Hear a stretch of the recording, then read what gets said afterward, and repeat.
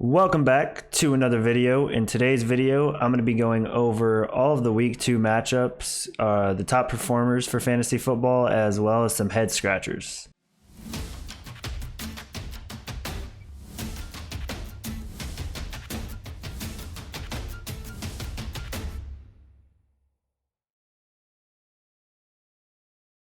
All right, so let's talk about this Thursday night game between the Washington football team and the New York Giants.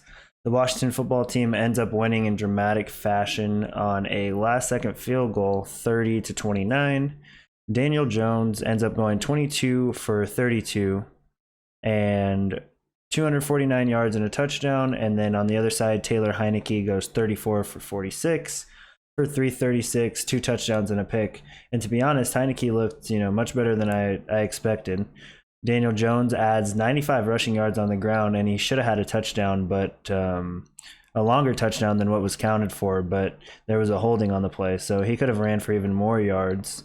Antonio Gibson, a little bit disappointing, 13 carries for 69 yards. Not exactly what we were expecting out of him in this game. I thought he was going to get a lot more run. And then you've got, on the other side, Saquon Barkley, 13 for 57, but really it was all off of one run that was 41 yards, and besides that, he did not have much of a day. On the receiving side of things, you have Sterling Shepard with 10 targets. He finished with 9 for 94, so that's 2 games in a row now where Sterling Shepard is looking like the top target for Daniel Jones, so he's someone I'm comfortable plugging in my lineup at this point.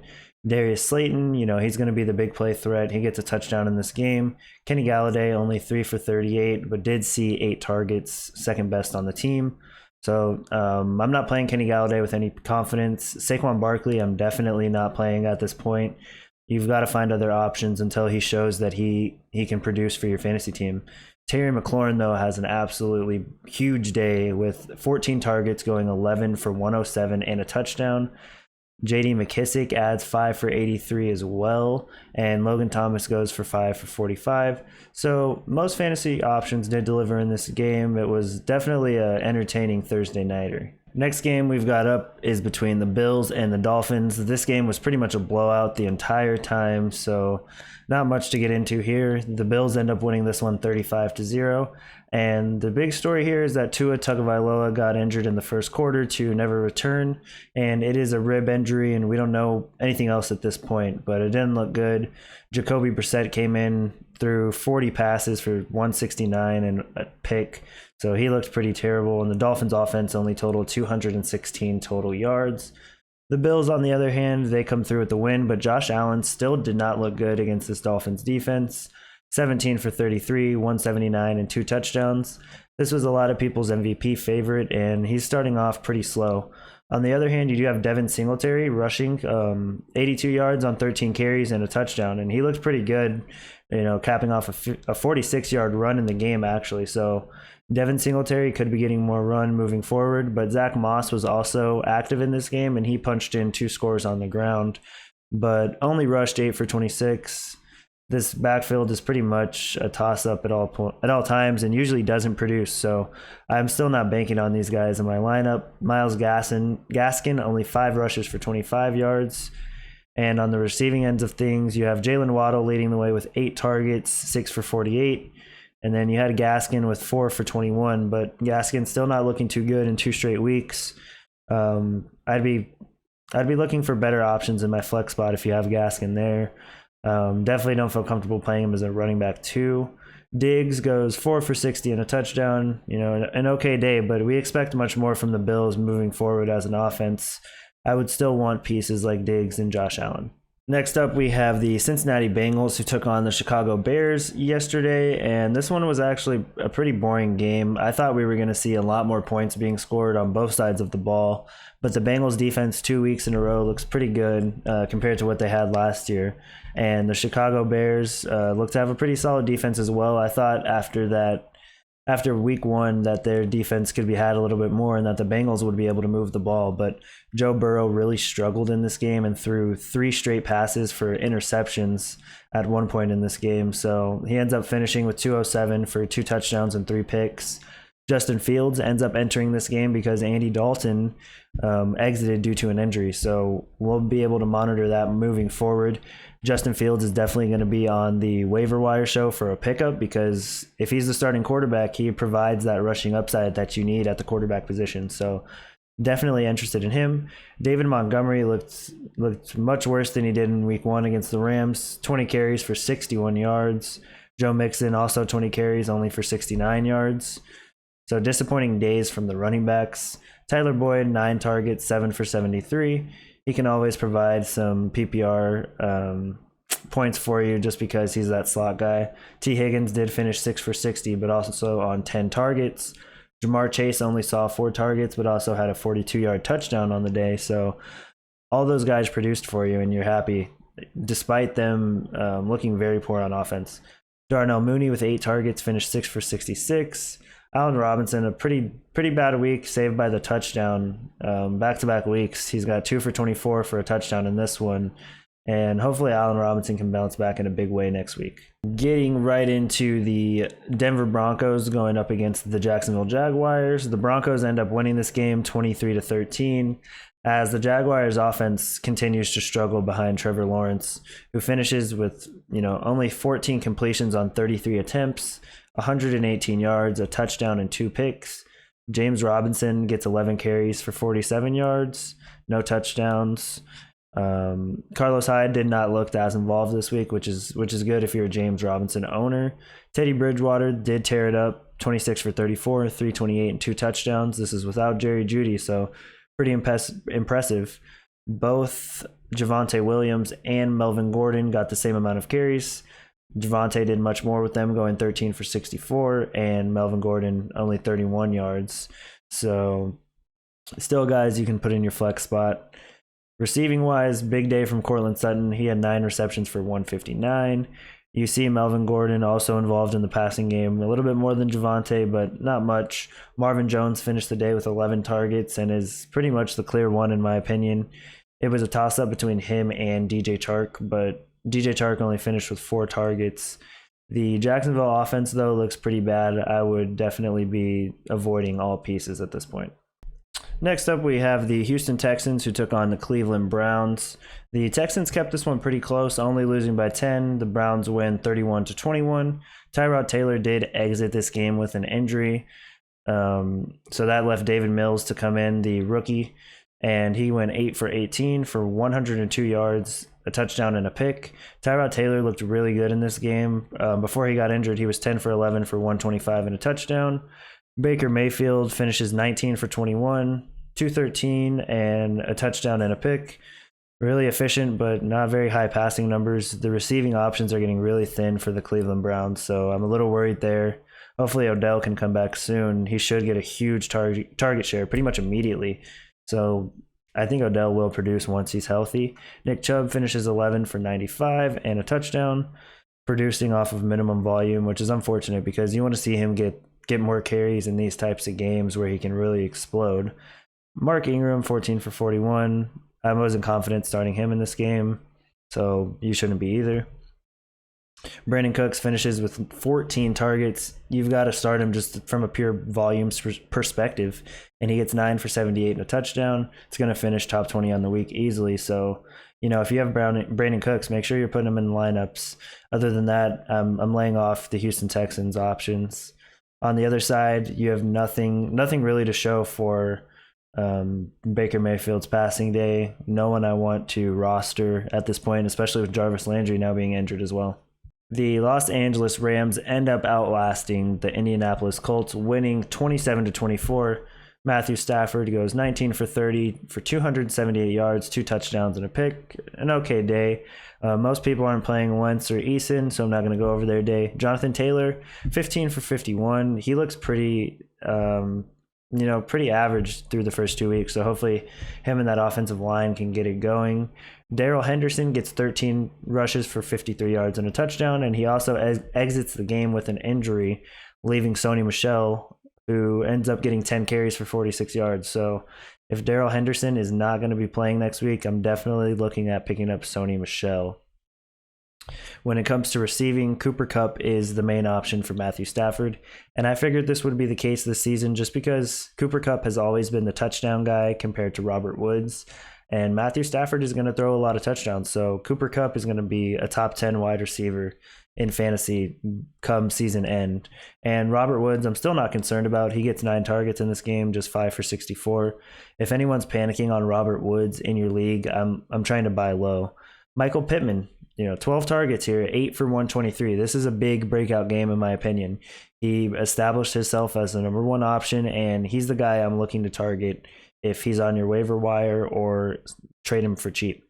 The Las Vegas Raiders have started the season 2-0, and that's playing the Ravens week 1 and the Steelers in week 2. They win this game 26-17, and Derek Carr is playing out of his mind. He goes 28 for 37, 382 yards and 2 touchdowns.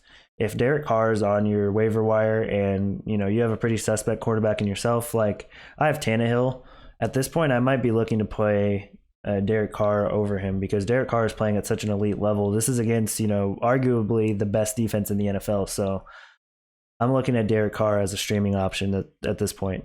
No Josh Jacobs, so pretty much no rushing production from the entire Vegas Raiders team, with Kenyon Drake 7 carries for 9 yards. Not a good look. Big Ben didn't look too good in this game. Najee Harris goes only 10 carries for 38 yards, but he did get his first NFL touchdown through the air. He finishes 5 for 43 and a touchdown. Deontay Johnson was heavily targeted in this game. 9 catches for 105 yards. No touchdowns, though, but that's 19.5 points in a PPR league, and we'll take that. Juju, 6 for 41. Nothing too exciting. Claypool gets 9 targets in this game, which I think is a good sign. He only finishes 3 for 70, though. Henry Ruggs hits a huge 60-yard touchdown in this game, finishes 5 for 113. Ruggs is someone I'm looking to flex in a pinch for sure, just because he only needs 1 play. Hunter Renfrow could be a good play at this point too, just because he's that PPR slot guy.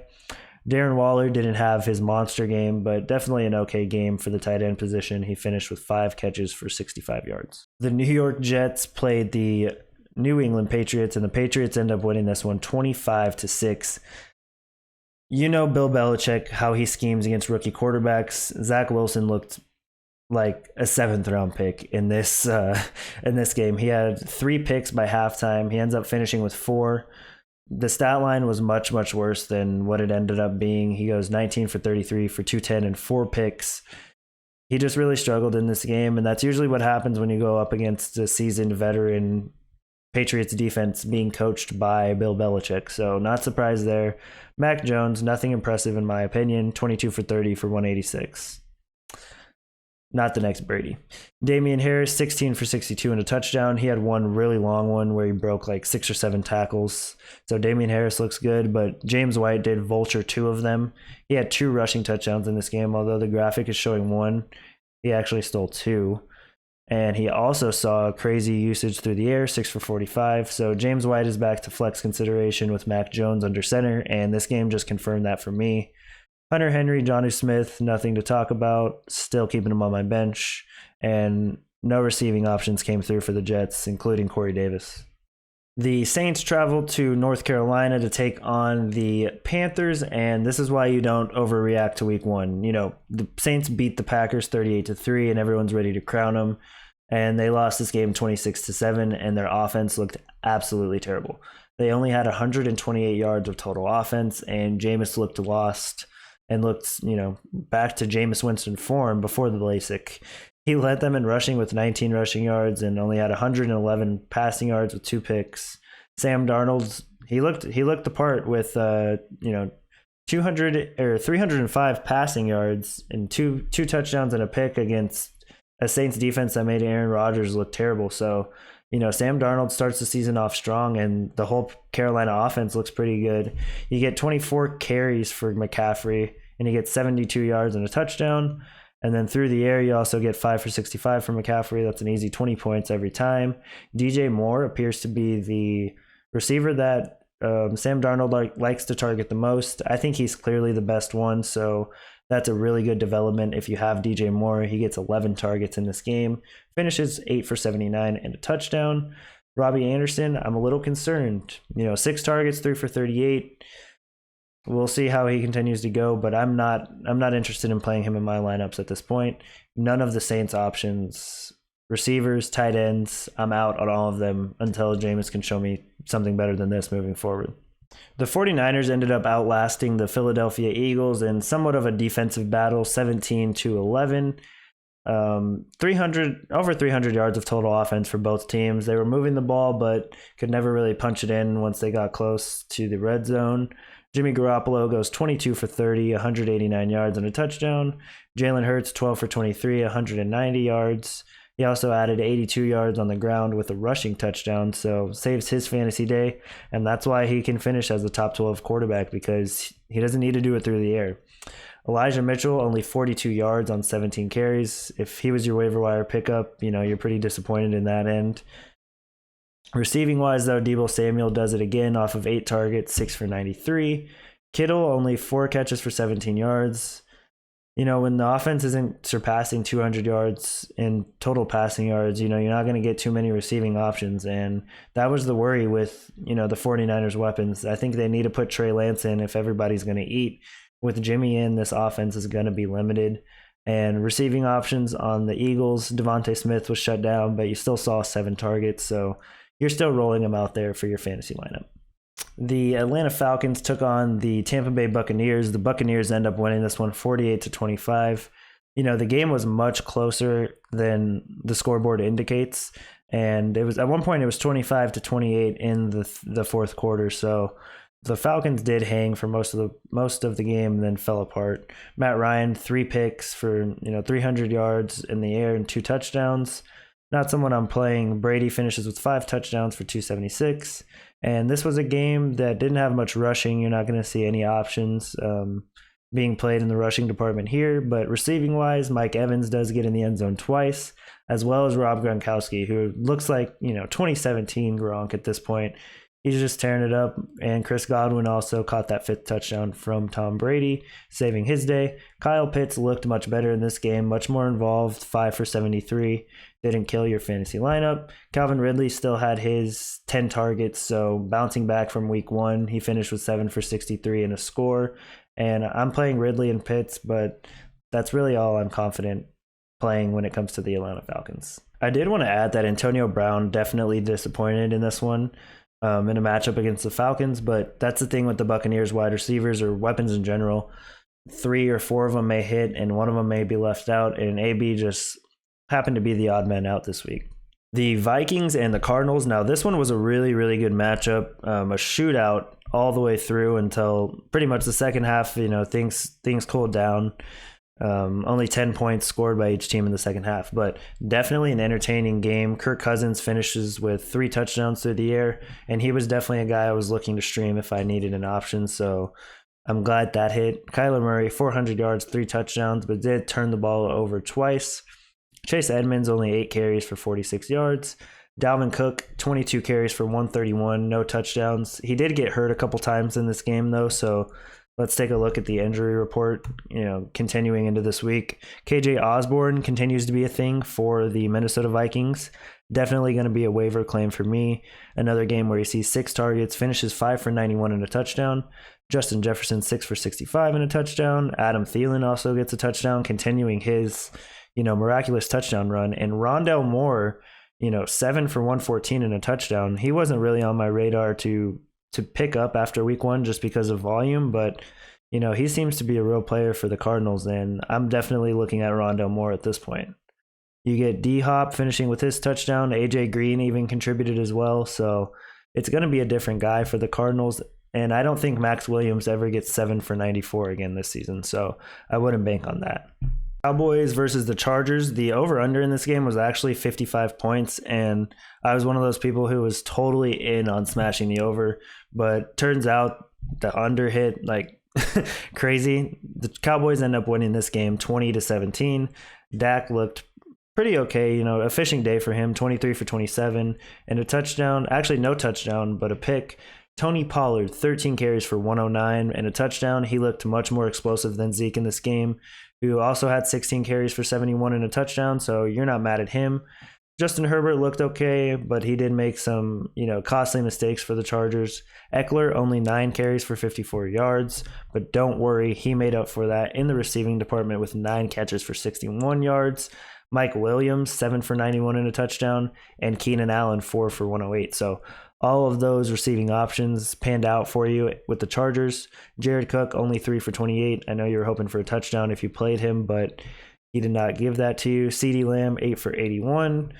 Blake Jarwin, 3 for 37, but Amari Cooper, only 3 for 24. So a disappointing game from Cooper, and really a game where both defenses really surprised. I think the Cowboys are going to be much better moving forward offensively, and the same with the Chargers in terms of these numbers could be much, much better. The Tennessee Titans took on the Seattle Seahawks, and Derrick Henry finally got it going. It took until the second half, but he got going in a big way with a 60-yard touchdown run, finishing the game with 3 touchdowns and 182 rushing yards in perfect Derrick Henry fashion. I know after the first quarter, a lot of people were probably panicking on Derrick Henry, but he ends up coming through in a big way. Ryan Tannehill, only 347 yards, not only, but he gets that with no touchdowns and adds another 27 yards on the ground. So I thought, he would be producing more touchdowns this season, and there's still definitely a chance for that. So I'm still going to keep rolling him out there because Julio and A.J. Brown did have much, much improved games this time around. Russell Wilson, 3 for 43, and 2 touchdowns. Chris Carson, 2 touchdowns on the ground, only 31 rushing yards. Tyler Lockett, 8 for 178 and 1. His terror continues. DK Metcalf, only 6 for 53. And then you have Julio, who had 6 for 128, and A.J. Brown finishes for 3 for 43. So nothing really I'm changing. I'm still going to roll these guys out here. Derrick Henry caps off his big rushing day with 6 catches as well for 55 yards, just making it a monster fantasy day for him. So sorry if you had to play Derrick Henry this week. And the final game of the night was the Chiefs and Ravens. The Ravens somehow pulled this one off, winning 36-35 off of a Clyde Edwards-Helaire fumble. With the final 2 minutes of the game on the line, the Chiefs should have easily closed this one out, but Lamar and the Ravens get it done. Lamar rushes for 107 yards and 2 touchdowns, adding a touchdown and 2 picks through the air. Clyde Edwards-Helaire has been really, really disappointing. At this point, I'm hitting the alarm and I'm trying to move on from him. He's clearly not talented enough to be the guy who they want to give significant touches to. And when he does get 13 touches, he turns them into 46 yards. So not ideal. Kelsey, 7 for 109 and a touchdown. The Ravens did a really good job containing Tyreek Hill, 3 catches for 14 yards. So, that you don't see that out of any NFL team. So shout out to the Ravens for shutting him down. 10 targets for Marquise Brown, though, and that's 6 for 113 he finished with, and a score. So I am definitely interested in putting Marquise Brown in my lineup moving forward. But that is going to do it for today's show. Thank you, everybody, for tuning in. Please leave a like, comment, and subscribe, and let me know your takeaways from week 2. The waiver wire show will be airing tomorrow.